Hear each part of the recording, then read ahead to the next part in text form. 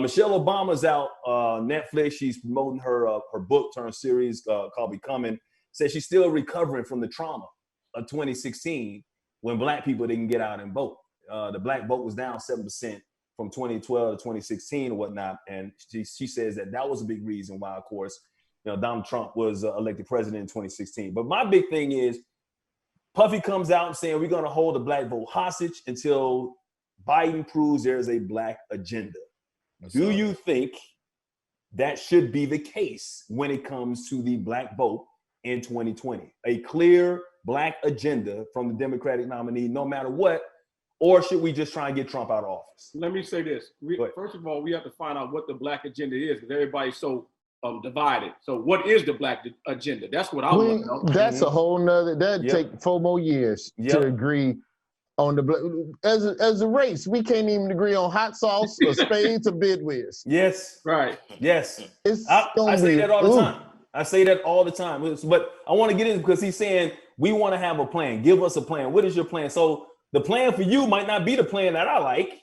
It might not be the plan that Griff likes. You know what I mean? But both plans will probably be better than the plan that's currently being implemented against Black people. I know. So well, I think not for Black people, against Black people. Mm-hmm. I think the plan for Black people, all of us want some money, and how we gonna get the money? Bottom line, Don. That's it. Okay. But Trump comes out, and I'm just throwing this as devil's advocate. Trump comes out, he's talking about money. That's all he ever thinks about is the economy and getting jobs for Black people. And he talks about how he's helped the Blacks and unemployment and jobs and whatnot. Black colleges, HBCUs. Yep. So he's throwing out that agenda. Is that something that's good enough to sway your mind when it comes to 2020? Is that enough because he's doing it? He's saying he's doing it for Black people, and the Democratic nominee Biden might not be as versed as he is when he says it, but it doesn't necessarily mean he's actually going to do it. Well, let me say this, Mike. Let me say this, Griff, and let me say this, Roy. And I'm just going to speak for me.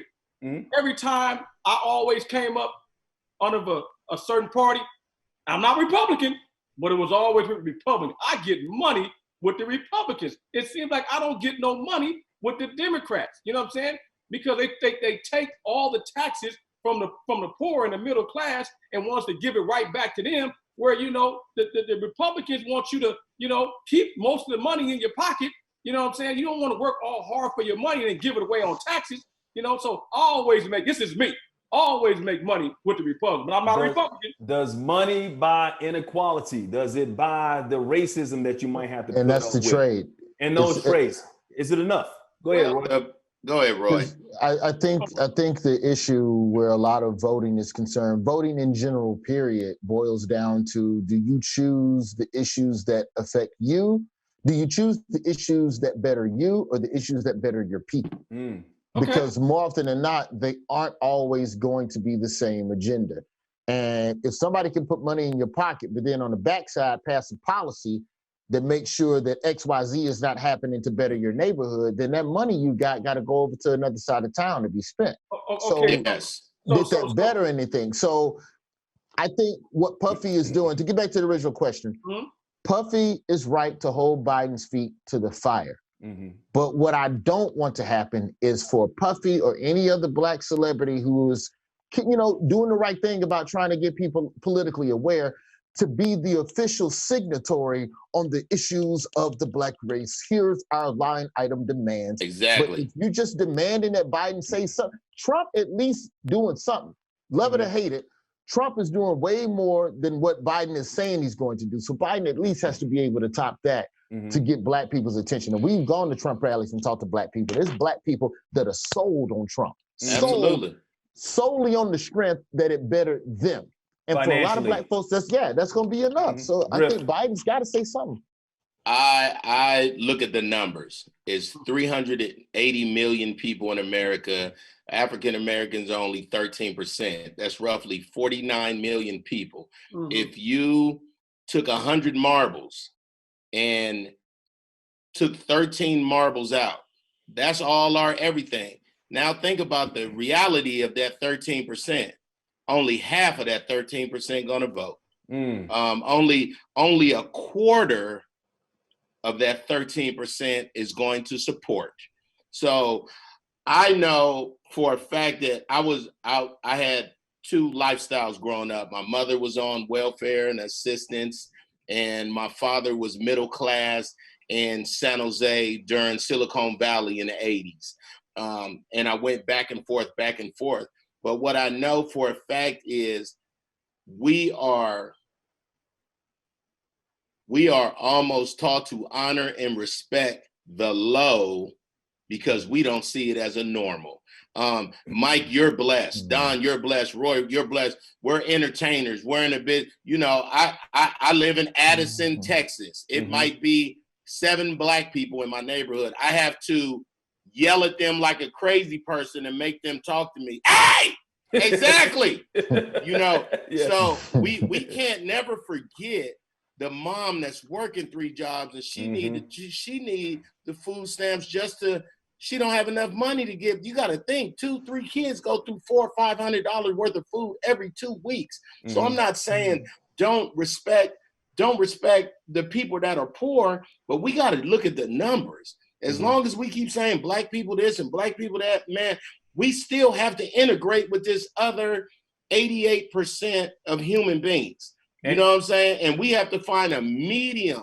And the one thing that I want to say out loud first, Joe Biden, they got to stop killing Black people. Yes. They got to stop until white people see they grandma, they auntie, they nieces, and they sisters being slain in the street.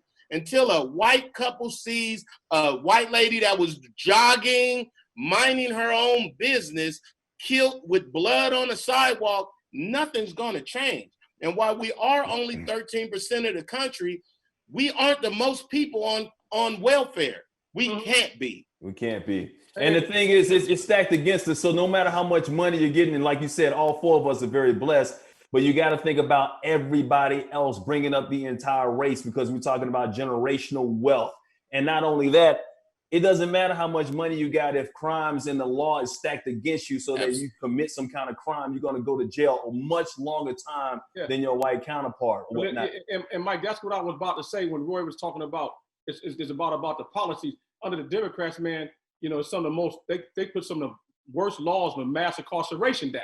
Oh, the crime bill. Absolutely. I understand that. That was 30 years ago. We understand that. At the end of the day, it's like Griff said, if you got 13% voting, well, you putting half of it in jail, it's only 6%. You know what I mean? So you put the right people in office, man. So I'm all about criminal justice reform as well. And I'm also all about just doing the right thing. So once again, whatever you do, just get out and vote, because here's the thing. If you don't vote, don't complain, please. Just don't.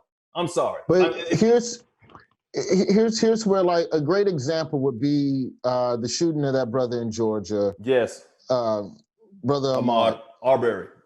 And so Biden spoke out about that. Biden said everything everybody else has been saying that's on the right side of that issue and demanding justice for this brother. The way he could have taken it a step further is to go, here's the policy, or here's the thing that I plan that will stop shit like this from happening, or there will at least be some level of accountability after it happens. And I think that's where the disconnect happens. And that's Should we be pressing him on that when he says things like that, to ask him, how are you? Okay, this is what should happen, but how are you going to make it happen? And then on the flip side of that, when you got the other guy saying good people on both sides, meaning the people that actually killed this brother Arbery, people like that, doesn't that kind of sway you just a little bit?